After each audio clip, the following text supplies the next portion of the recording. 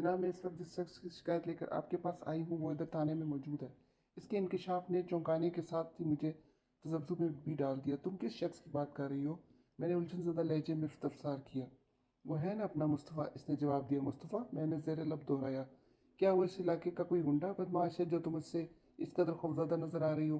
جناب مصطفیٰ میرے خاوند کا نام ہے، نوری نے بتایا۔ اگر اس نے مجھے تھانے میں دیکھ لیا تو بس پھر میری خبر نہیں، وہ میری چمڑی ادھیر کر رکھ دے گا۔ میں نے کہا تمہیں اپنے خاوند سے ڈرنے کی کوئی ضرورت نہیں جناب، وہ خاوند کو بعد میں ہے، پہلے پولیس والا ہے، وہ عجیب سے لہجے میں بولی۔ ہے تو وہ معمولی سا سپاہی لیکن کسی حوالدار سے بھی زیادہ روب جماتا ہے۔ اس کی وضاحت سے میں چونکا۔ میں نے پوچھا کیا تمہارا گھر والا بھی پولیس کے محکمے سے تعلق رکھتا ہے؟ یہ بات تم نے پہلے کیوں نہیں بتائی؟ کیا مصطفیٰ کو نہیں جانتے؟ وہ حیرت سے بولی۔ وہ تو آپ کے اس عملے میں شامل ہے کانسٹیبل مصطفیٰ۔ اوہ، میں نے مصطفیانہ انداز میں ایک گہری سانس لی۔ تم بھی رات میں بچھارتیں ڈالنے آئی ہو؟ بات تو اتنا گھما پھرا کر کرنے کی کیا ضرورت تھی؟ سیدھی سیدھی طرح کہہ سکتی تھی تم کانسٹیبل مصطفیٰ کی بیوی ہو۔ غلطی ہو گئی تھانے دار، وہ معذرت خواہانہ لہجے میں بولی۔ دراصل میں بہت پریشانی میں یہاں آئی تھی، اس لیے شاید صحیح طریقے سے اپنا مقصد آپ کو بتا نہیں سکی۔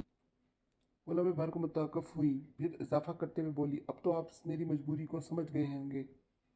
نوری نے آخری جملہ اس انداز میں ادا کیا جیسے کہہ رہی ہو میری مجبوری سمجھ میں آ گئی ہے تو مجھے اپنے کوارٹر کے اندر آنے کی اجازت دے دیں۔ بات ختم کر کے وہ ایک مرتبہ پھر اضطراری اور فکرمندانہ انداز سے گرد و نواح کا جائزہ لینے لگی۔ میں نے ایک لمحے اس کی درخواست پر غور کیا، پھر اس کی مجبوری اور پریشانی دیکھتے ہوئے اسے کوارٹر کے اندر آنے کی اجازت دے دی۔